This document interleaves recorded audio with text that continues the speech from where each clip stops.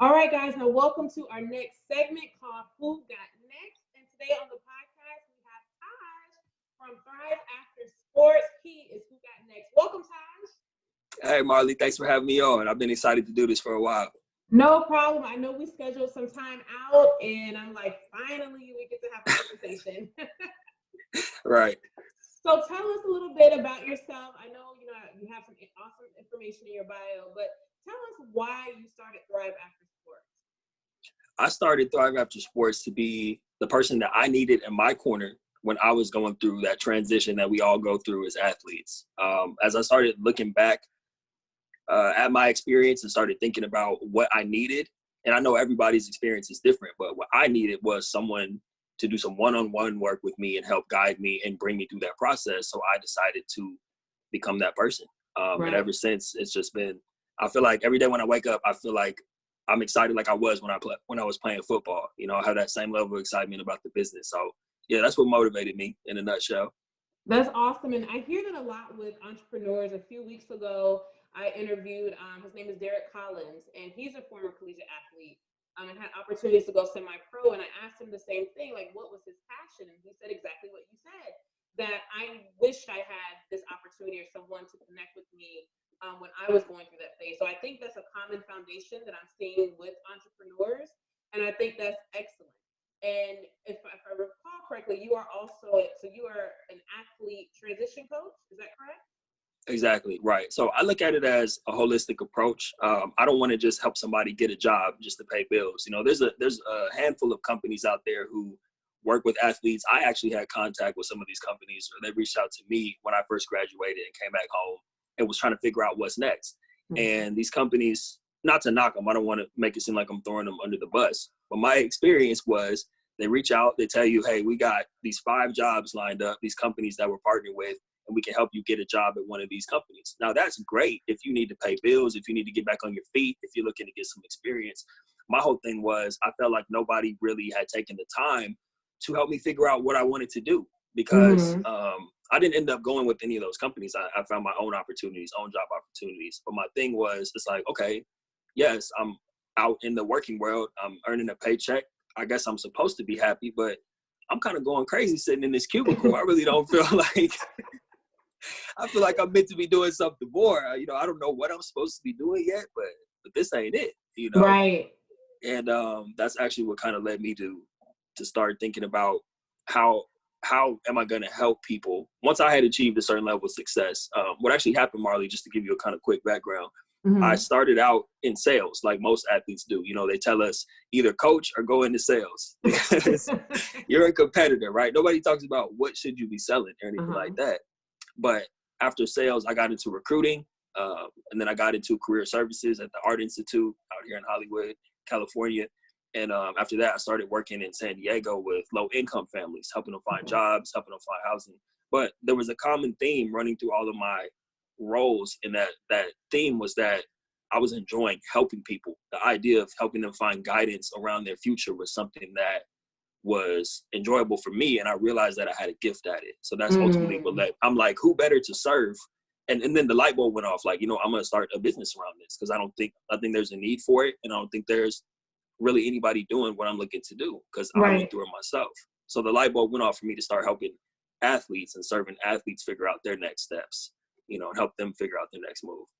I think that's awesome because I love to hear how that moment happens, right? So you talk about the light bulb. I hear the switch. I hear I just couldn't do it anymore. And I think so often you do. I mean, I was in that space as well, is that I have been working, what, 9, 10 years in a job that was extremely stressful, but there was never any other conversation about what else I could do.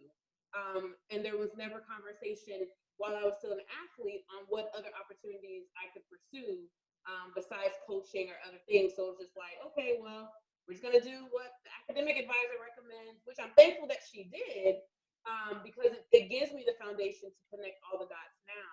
But so often I think we're lost, like we don't have information. Why do you think, from your experience, that athletes that we're not given that information, like no one's sitting us down with that holistic approach to say, hey, these are the skills that you have. I mean, we're getting better at it now. But say, these are the skills that you've acquired as an athlete. What do you think you like doing? What are you wanting to do? Why are you pursuing this major? To better prepare. Why doesn't that happen just naturally, do you think? I think, and I agree with what you said, that it is getting a lot better now with programs like what you're doing, with the, the Black female college experience and all the people you've had on your show and all the people that you and I are connected with. It is getting better in terms of resources. But I think it comes down to two things. And it's really, the first part is, of course, like we always hear in conversations like these, that we simply just don't really have the time to explore. I always say you can conceptualize it. You can think about, okay, once I hang up the jersey, I'm going to do this. And that's one thing. But once you're actually out and experiencing it, it's kind of one of those things where you don't really know if it's a good fit until you go through it. Whereas, quote unquote, normal students in college are getting internship experience or even working jobs and, in the field they want to get into. So they kind of know ahead of time, either I am or I'm not on the right track. Whereas we don't know until we walk across the stage. We have no idea. Or if you play pro overseas, or, maybe you play a couple years in whatever league, you don't know until you actually hang up the jersey. Exactly. So I think that's the first part. I think the second part is obviously, whether you're in a professional setting, and I'm talking about professional sports setting or a collegiate sports setting, all of the resources are going towards the current and incoming players. So it's kind of an afterthought, and has been for the past X amount of years. The athletes leaving the quote unquote system are an afterthought. So I don't know if I answered your question, but that's just what kind of came to mind, right? Yeah, no, you definitely did. You definitely did. And so with that said, with what we know, I think time is essential. I think you hit that right on the head as far as time. Like, there's just not enough time, and a lot of programs are not structured in a way that you can dedicate the time that you want to each individual athlete, because as we know, staffing time, season, if you're working with a team that's off season, you probably got another team that you're working with that's in season. So it's just a lot that you have going on. So I think that's a lot of it. So understanding that the system itself has to improve. So that's why I think it's incredible, like you mentioned, individuals like ourselves that are out here trying to fill in those gaps and hopefully get into those places where there isn't enough time, but now they have an additional resource to utilize. And with that said, with Thrive After Sports, what are some key things that if someone is looking for something with the next step, like what is it that your program can help them with? Well, like I said, I have a really, I look at it as more than just figuring out the next steps career-wise, so I try to incorporate everything. We're talking about relationships, self-care, things like that.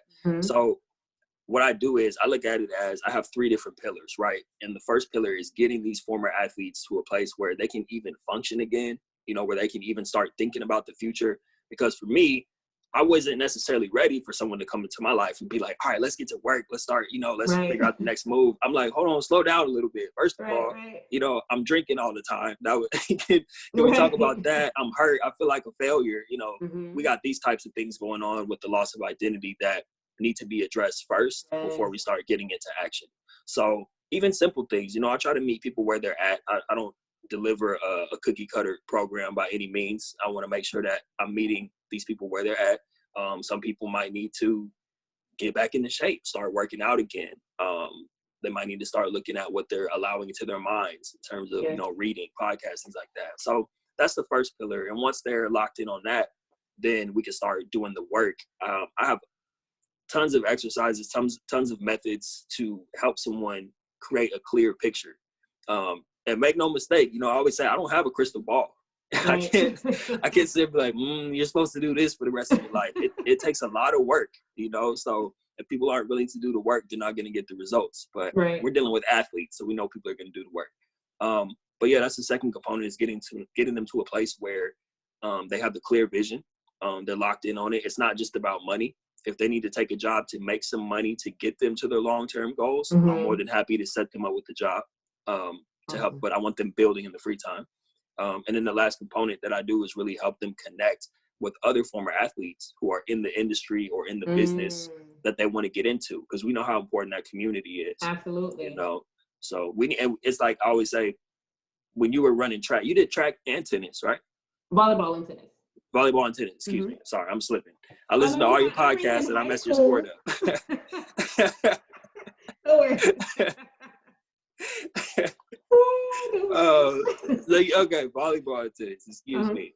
But when you were playing those sports, you were a part of a sorority, you know, in a sense. And I was a part of the fraternity as a football player. And then we get out and we're the lone wolf. So that's why it's kind of like the last component that I really look at is, you know, being a part of a network again of former athletes who are doing what you already want to do, so you can have more people in your corner bringing you up and supporting you on your journey. You know, I think we need that. Absolutely. And I love how you, in social work, we call it wraparound services. So you're saying I meet the individual where they're at. I want to deal with some of the symptoms that are now present because of the actual change in the environment or the behavior or the usual routine. Let's address some of the symptoms, like someone that may present with alcoholism. And you come into therapy and you're drunk. I can't talk about life and talk about mending your marriage. I have to address that you are currently intoxicated. And where do we need to get you to so you can sober up? And then we can talk about what's next. So different environment, but same process. And so I love that you're doing that because I personally feel that that's the most effective method that you have to take, especially when, like you mentioned, when someone loses that athletic identity. A lot of us don't even know what that is. Parents don't know what that is. Coaches I won't say that they don't know, but there probably could be some coaches that don't know. The thing is that we know that the situation, but we don't know that it has a term. We don't know that it has a title. We don't know that it can have short-term and long-term negative impact on us, you know? And so it's educating and saying, hey, you're feeling this. Well, this typically means this. It's okay. We can get through it. And then you're that example to say, hey, I've been there. And there's a whole community of people that are available to support you. And I think that's huge. Have you found anything different with working with females, with working with men? Is there a difference between any racial dynamics that you've noticed, the challenges or successes or resources that maybe stand out to you?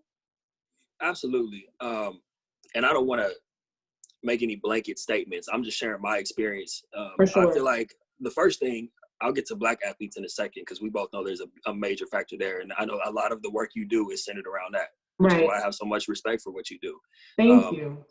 To start out, you're very welcome. To start out with female athletes, I see a lot of body image issues to start out with, which is why I was kind of talking about in the beginning, like I might need to set this person up with a nutritionist or, you know, a personal trainer who's in their city or whatever to kind of get them, you know, back in the swing of things. Because like if you're a former female athlete and here you are at home, you're either unemployed or working in a job that you hate.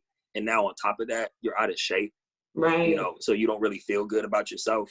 A lot of the guys I work with, they kind of stay on it. You know, that was my case too. I never stopped working out after I was done. Like, but a lot of the female athletes, not a lot, but the ones that come to me, they're out of shape.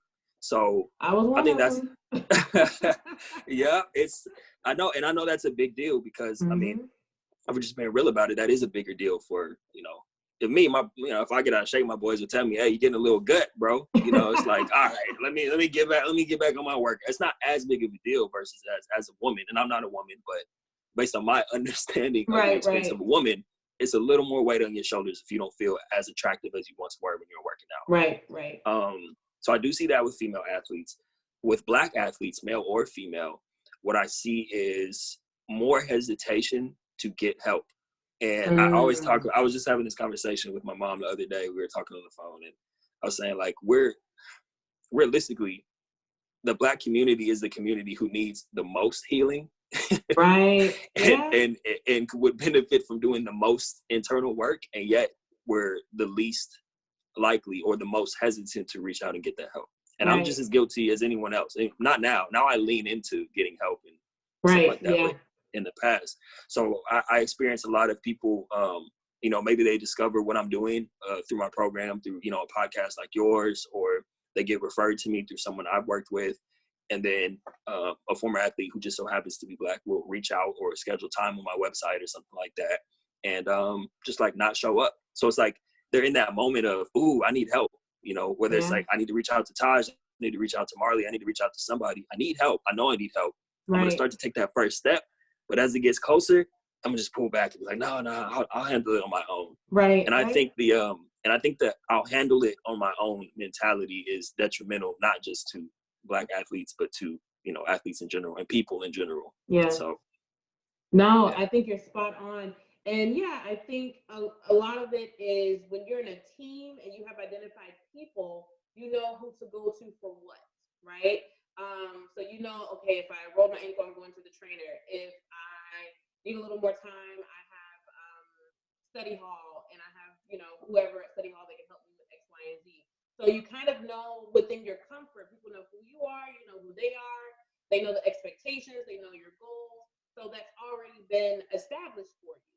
And so that's why that racial identity and athletic identity, and then if you're female, all of that's kind of entangled and sometimes blurred because you haven't had to tap into any of those. You're just an athlete, you show up, and everybody's clear. We don't really have to have a conversation about it. And then when you are removed from that space, whether you are a student athlete, a Black student athlete, a Black female student athlete, whatever that case is, that foundation has now shifted. And so now it's like, okay, how much do I tell people? Are people really this judgmental? Can I really trust? And so different people's different backgrounds, their environments all play into that as well. And I just think you hit it when you said the hesitation. The hesitation is what's detrimental. For years, I could tell you and educate you and sit in the hospital and tell patients that were coming in and their families that you need to do this. I'm telling you it's effective. But I didn't feel comfortable getting the help on my own, and I have a degree in this. Right. You know, and I mean, I felt bad, but I'm like, I promise you, this is what you need to do. I've seen the results. I have a good report. These people out here, but until it started to crash for me, I said, okay, now I got to get some help. I got to figure this out. Because no one understands that people, even outside of athletics, we're held on this pedestal, which is part of the athletic identity. Have you experienced, how do you work with some of your clients when preparing for jobs? I know you say you do more than that, but I think a lot of times we're taught that being an athlete is an elite status. And I myself have used it in interviews, and people that will probably say no, when they, oh, you played a D1 sport. Oh, it changed the whole ball game, right? Right. So how do you prepare them to I guess market and to believe in themselves that yes, you have these skills, but you can still push beyond that image. Does that make sense?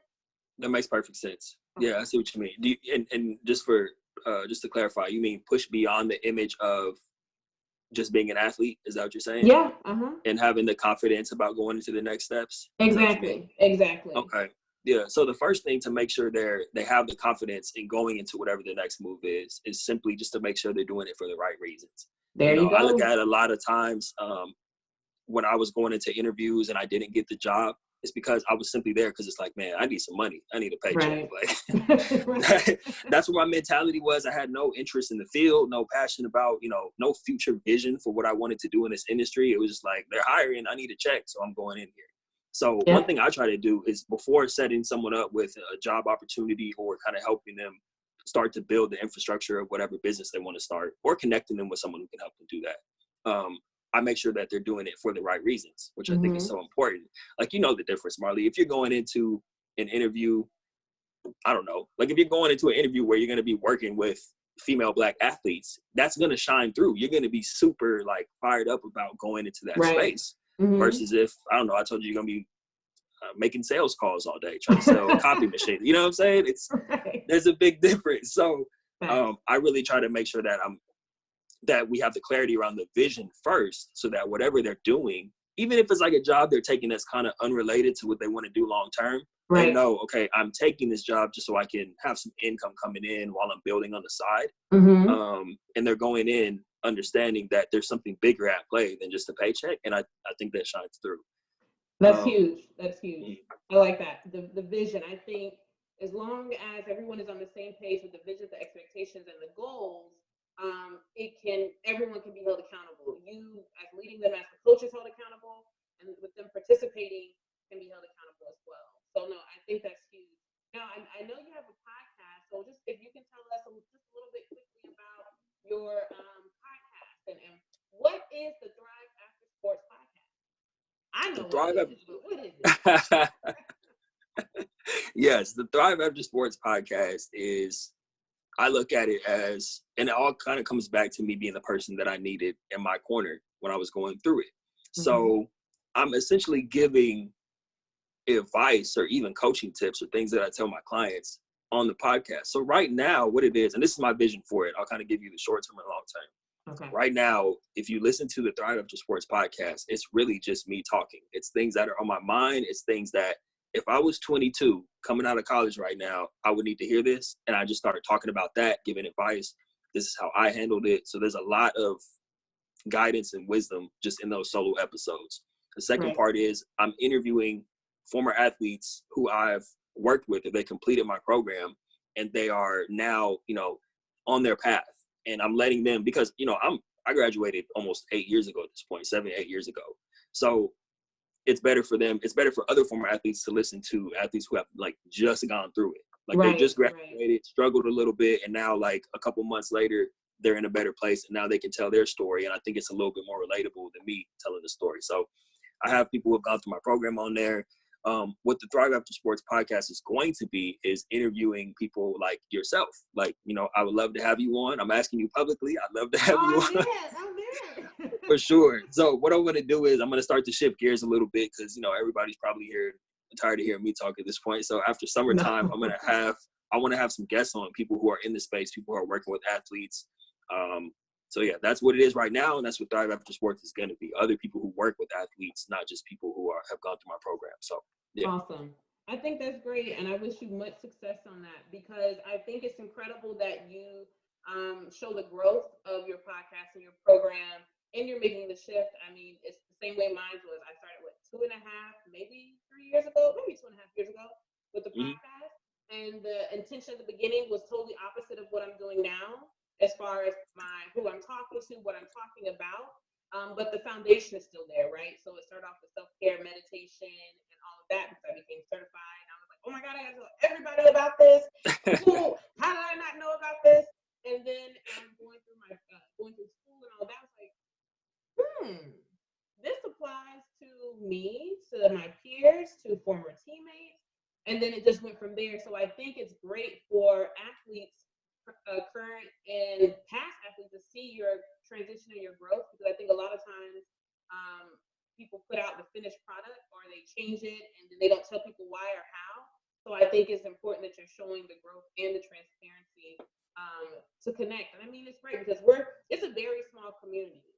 It's getting to the point now where I'm like, oh, I've seen that person before. Oh, that's on that person. Right, yeah. And it's a good thing, because it means that we're all, I guess, with the same mission, on the same page. Because I don't know about you, but I'm not going to bring people on my podcast and I don't feel they're really with stuff. They're not really on their A game. You know what I'm saying? Mm-hmm. So I like to hear you talk. I love your interviews. I love sometimes you're outside, you're just organic with it, and I think I love it. I'm like, you better talk. You better just be outside on a walk and say something, give us a message. Yeah, the feeling is mutual. I love what you do too. It's organic. For me, it's whenever inspiration strikes. I'm not about to if I'm outside taking a walk, or I just finished my workout, I'm gonna just hit record and be like, this is on my mind right now. So listen, I love it. Yeah. Love it. All right, guys. So Taj, thank you so much for joining us on the podcast, on the She Said It podcast. I think that you will continue to make a huge impact. And even though you're California, we're definitely going to figure out something in the future. And you can ask anybody. If I say that, I mean it. We'll figure something out, especially with being on quarantine right now. Please stay safe. Stay motivated. I have my moments, and I'm like, do I really want to do anything today? Right. So please stay safe. I'm going to have all of your information in the description below, guys. If you're listening on the podcast, you can actually watch this interview on YouTube as well. And I'll have your email, your website, everything about you, so that people can contact you. And I'll have my information as well. So until we meet again, take care, be safe, and we'll roll into our next and final segment. Bye, Taj. Bye, Marley. Thank you. You're welcome.